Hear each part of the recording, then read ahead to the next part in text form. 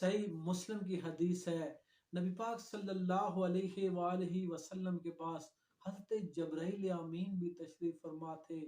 کہ آسمان سے ایک زوردار آواز آئی، ایسا لگا جیسے آسمان پھٹ گیا ہے۔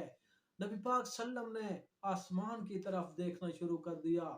حضرت جبرائیل امین نے نبی پاک صلی اللہ علیہ وآلہ وسلم سے فرمایا کہ اے اللہ کے رسول، آج آسمان کا ایک ایسا دروازہ کھلا ہے جو اس سے پہلے کبھی نہیں کھلا، اور آج ایک ایسا فرشتہ آسمان سے نمودار ہوا جو اس سے پہلے کبھی نمودار نہیں ہوا۔ وہ فرشتہ نبی پاک صلی اللہ علیہ وسلم کے پاس تشریف لایا اور نبی پاک صلی اللہ علیہ وسلم کو سلام عرض کیا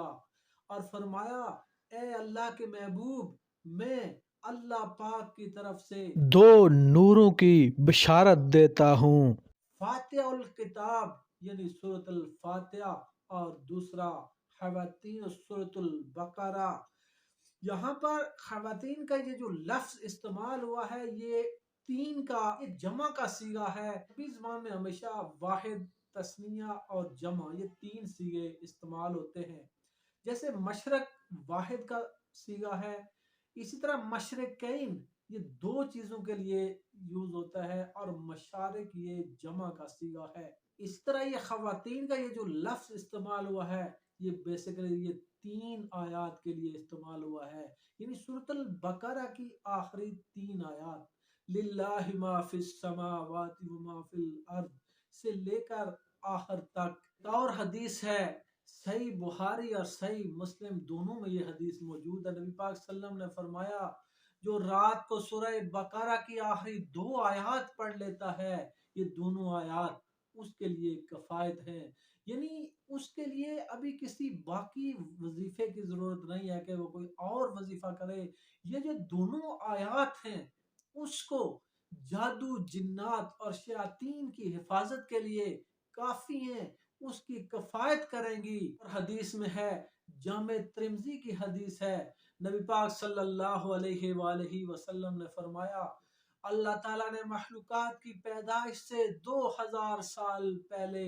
ایک کتاب لکھی۔ جیسا کہ جامع ترمذی کی ایک حدیث ہے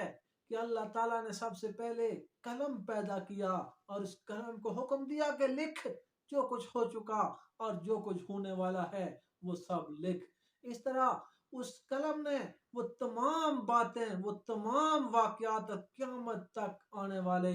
جتنے بھی واقعات ہیں ان کو لکھ لیا اور انہیں لوح محفوظ میں محفوظ کر لیا۔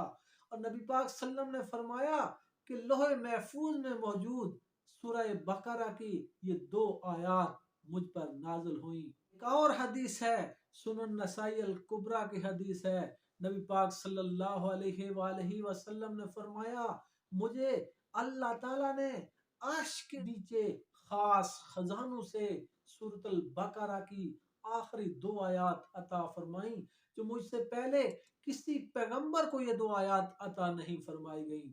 یہاں پر میں سورۃ البقرہ کی دو آخری آیات کی فضیلت کے حوالے سے ایک بہت عام بات آپ کو بتانا چاہتا ہوں کہ یہ جو دو آخری آیات ہیں،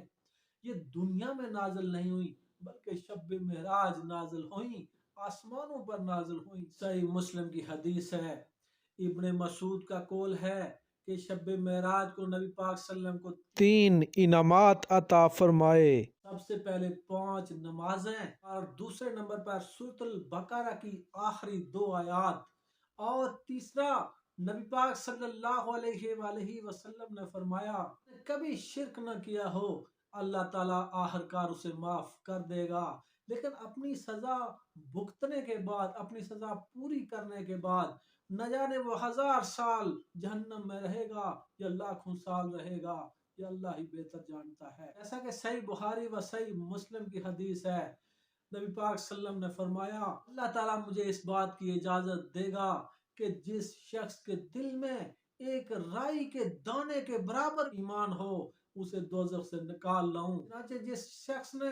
زندگی میں ایک بار ہی کلمہ پڑھا ہو، صدق کے دل سے اس نے کبھی شرک نہ کیا ہو، اللہ پاک نبی پاک صلی اللہ علیہ وسلم کو اس بات کی اجازت دیں گے کہ وہ اس شخص کو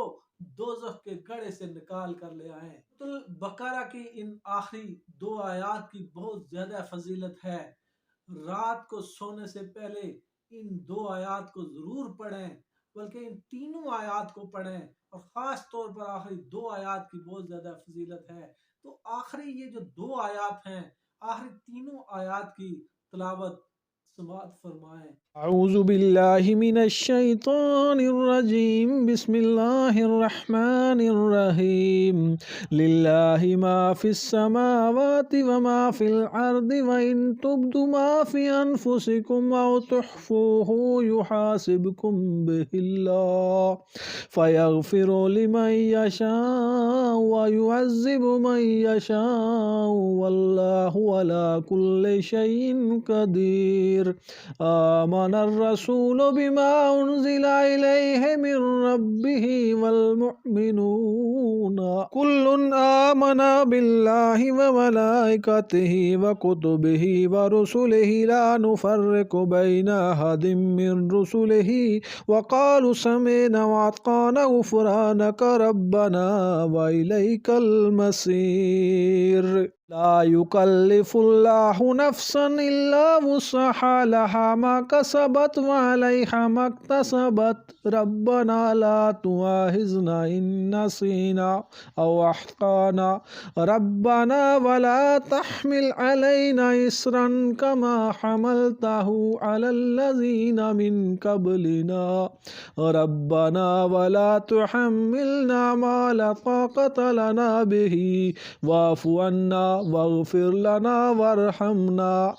أنت مولانا فانصرنا على القوم الكافرين۔